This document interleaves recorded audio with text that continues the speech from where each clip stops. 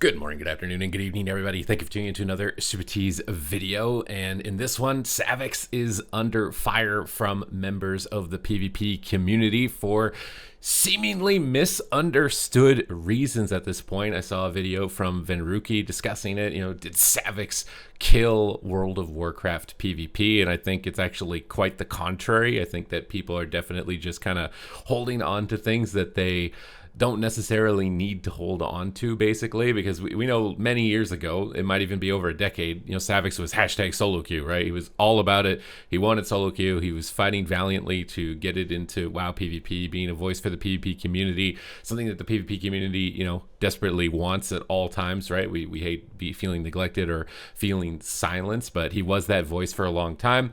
But it came to a point where he decided, it's time to move on.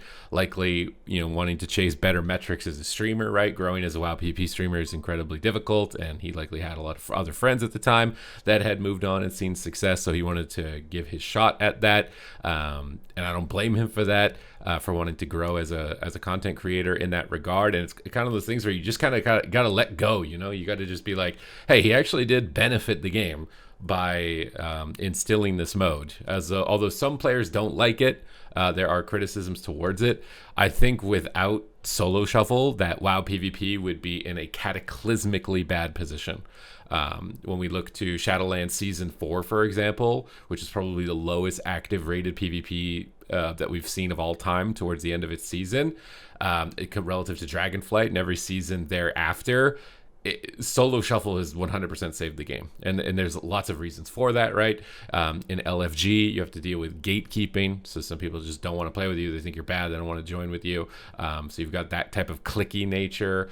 You've got one and done, where you get a group, but then they just instantly leave after one loss. They don't stick around whatsoever. You also have to be hyper aware of the meta. You need to be playing a spec that's desirable. You need to be making sure that it's matching up with other specs that are desirable. So there's a lot of limitations and time spent in organizing in LFG in order to play the game, right? 3v3 is a great mode when you already have a team that's set up and friends that log on regular. It's a great mode. It's probably one of the best experiences in the game. But for a large majority of players in the game, they can't get to that. And also, before solo queue, they had no way of developing the skills to be able to present a decent argument in order to build a group for themselves either. But now with solo shuffle, you can actually build your skill set without being gatekept and clicked and all that stuff. And you're able to develop your ability to play the game in solo shuffle, and then take those skills and abilities into LFG and build teams. And the reason I know that this works is because last in Dragonflight, I believe it was, we had a team named Hula Bang that signed up for the Arena World Championship, which is like world-class tournament level competitive play. And we had a team that was comprised entirely of solo shuffle players.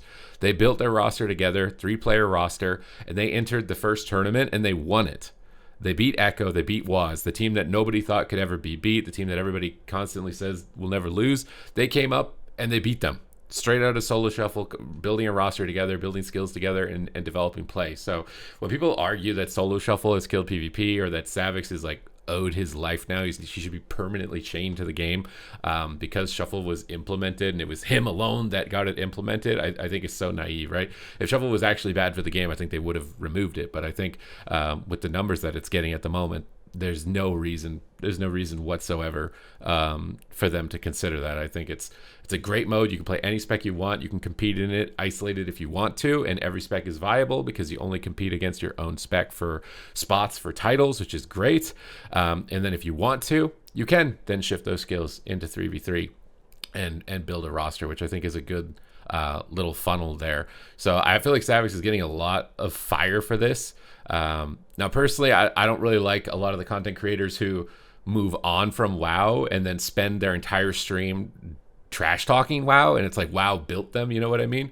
And I don't think Savix is that type of person who does that, but there are content creators who literally WoW made them, and now they spend 24/7 just ragging on the game that literally gave them the platform that they have, which they can have their criticisms for it, but a lot of the criticisms, they haven't played the game in 10 years. They're not accurate. The opinion is so heavily biased, it's just remarkable. But because they're so popular, the halo effect, everything they say is taken as gold, and 100% accuracy, right? I'm not a big fan of people that do that, but for Savix, for the most part, has been, a very important voice throughout developing and relaying communication and feedback. And he just wanted to move on, right? He wanted to see if he could find growth elsewhere, and I believe that he has. So congratulations to the growth that he's found. I still passionately love WoW PvP, and I'm still sticking around, and I still like playing it. If I didn't, I would have probably moved on as well at this point. So I'm still here. I'm still sticking it through, and unless something dramatically changes, right? Like they just suddenly stop doing any PvP changes whatsoever. The balance is totally haywire, and everything's falling off the rails, and viewership is unsustainable.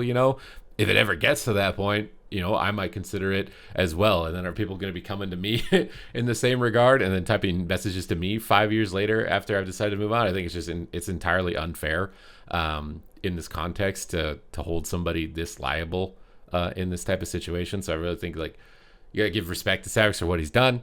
He's moved on, and kind of leave it at that, right? There's no reason to. I understand getting passionate about it. Some people really think solo queue has destroyed the game. Most of those players are tournament level 3v3 players that like gatekeeping people, is what I've noticed. Those are the main people who really think that opinion of solo shuffle.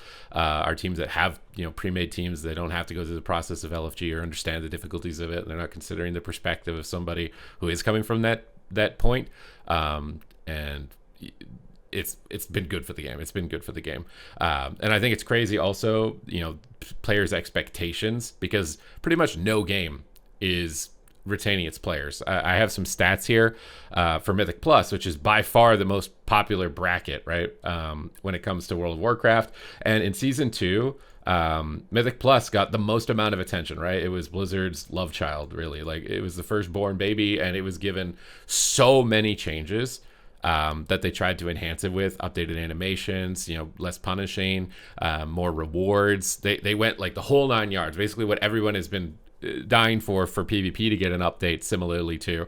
Mythic Plus got that, and Mythic Plus was already larger in that regard. And even Mythic Plus, when we look at it for the first week of Season 2, it saw a bump up to 2.2 million keys, maybe 2.3 if we round up. And then in its most recent week, we're down to about 650,000. So almost a 75%, maybe a 75%, I'm not good at math, in and around a 70% drop for the most popular mode in the game that got the most amount of attention of any other mode in the game for this patch, has seen a 70% drop. And that was despite everybody saying they're having a really good time with it and all the changes coming through. And I think that this season's Mythic Plus tournament was also doing really well. Had some really exciting games, lots of different specs with the format changes that they've made to it as well. Even its tournament format got a format update. And even despite that, it still lost 70% of its players.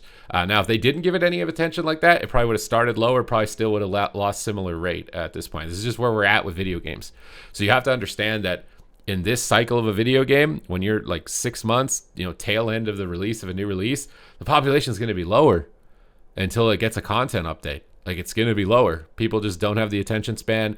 There's constant FOMO marketing for new games that are coming out that are going to drag players out of the game. So seemingly, even if the most popular game mode that gets the most amount of attention that people were really positive towards as far as feedback can't retain the players after that, what are you expecting, right? With WoW PvP, and WoW PvP is still holding steady. 20,000 solo shuffle rounds in the last 24 hours. You extrapolate that out to a week, right? And then 6 players per shuffle, and then try and figure that out. I think it comes out to maybe 150 or 200,000 or something like that at its lowest point, right? And I'm sure, without a doubt, this number will go up again at the beginning of a season. I wish that this website, Justfar, tracked multiple seasons the same way that Raider.io does, week to week like this. This data display is just remarkable. If we had this type, and obviously some of this data can be incorrect. It's likely is incorrect. Just a matter of how much so incorrect, I don't really know. But likely some of the data is incorrect. But it's we got to be living in reality here, right? Living in reality is just game comes out, we're having a lot of fun. Dopamine stops hitting the same, starts to trickle down. Maybe your spec isn't performing the way that you want, or maybe you get frustrated with something, and then the queue times start going up. This becomes a problem. Now, obviously, I would like Blizzard to communicate, towards the issues for PvP, similarly to what we have seen for Mythic Plus, because they did such a great job with it. It was hey, Mythic Plus community, what's going on? Okay, we'll change the swirlies. We'll make them easier to read. You guys need another mount to motivate players within this rating range. Great, we'll implement that. I would love to get that for PvP, right? We've gotten some of it up to this point, but it's obvious that some of those changes have not been enough, right? Like healer incentivization. That's the number one thing driving the queue times at the moment, which I think are the biggest complaint, because right now, I actually enjoy the gameplay. When I can get into the game, I enjoy the gameplay. And I still think even a 30-minute queue is better than going in LFG for 30 minutes, getting a team, and then they leave after one loss, and then now you're back in LFG again. And you didn't even get, like, you got one loss. That was it. And that you can play any spec also is the advantage, and then queue up and have a go at it. So to me, Solo Shuffle has actually saved the game. Every other past iteration of the game that everyone says is better than retail ends up at the same type of decay, and I think it's accelerated because there is no solo queue. Like if we didn't have solo queue right now in retail, like I said, it would just be massively accelerated down into the ground, down into the dirt in that regard. So to me, I think Savix actually put in a lot of good work, good effort for the community while he was there, and I actually think that while maybe this mode can definitely be improved, without it would be far worse. Without it would be far worse. So you guys need to chill out on Savix. Let it move on. You know, maybe he'll come back at some day. It's probably not going to if we keep trying to drag him through the mud in this type of regard. So I would just say just chill, bro. Okay, Savix is cool. This is just where we're at. This is reality. This is where we're at. This is the trend. All games decline until the next major content update, until the new dopamine drip is in. And you'll see that even with content creators that have moved on from WoW, that when the views start dropping after 3 months on the game that they've switched to, that they're saying is better than any game they've ever played, they switch to another game, you know, and they talk about longevity and not being there for WoW. WoW's been here for like 20 years, bro. Again, I'm not good at math. I can't count the years back that accurately, but like WoW's been here a long time. It's still going to be here a long time. It has a lot of good stuff going for it. Main thing, like he's brought up here, you know, communication, I think is a huge deal. So I'm really hoping to see that leveled up. But at the same time, I wonder if their communication is limited because they're worried about this type of interaction or something like that. I would even appreciate anonymous feedback, right, from the Warcraft devs channel. In that regard, communication there, hearing some of those pain points that I think can likely increase retention. By how much? I don't know. I'm not a mathematician. Like I said, they put in the most effort here for retention for Mythic Plus. And it's still, I guess it held pretty decently right throughout the middle. It's got little spikes in the middle. I'm wondering, you know, this is like a patch update and this is like a push week or something like that in Mythic Plus. I'm not a big Mythic Pluser, so you have to explain like this kind of jump up point here as far as what happened for Mythic Plus. But, you know, all participation goes this way, even with the most amount of attention, even with the most popular bracket. This is just the direction of every game. You just gotta wait for the content update. Play it when it's hype. If you still like it, keep playing it. Like, you don't have to be a sheep. You don't got to move on if you don't want to. If the dopamine's not hitting and you're burnt out and you want to try something else, then just play something else. It's just like, there's no reason to linger and let weird, resentful emotions build up over time and get upset and start targeting people and blaming people. This is what I don't know. It's just like, no, it's not worth it. It's like, yep, they could do better. I think do better with communication. But overall, gameplay-wise, right, when it comes to PvP, I'm still having fun. I'm still on it every day. I'm still streaming it every day. So unless that dramatically shifts, I don't see anything as far as me changing. So thank you guys very much for watching the video. I hope you guys enjoyed it, and I will see you in the next one.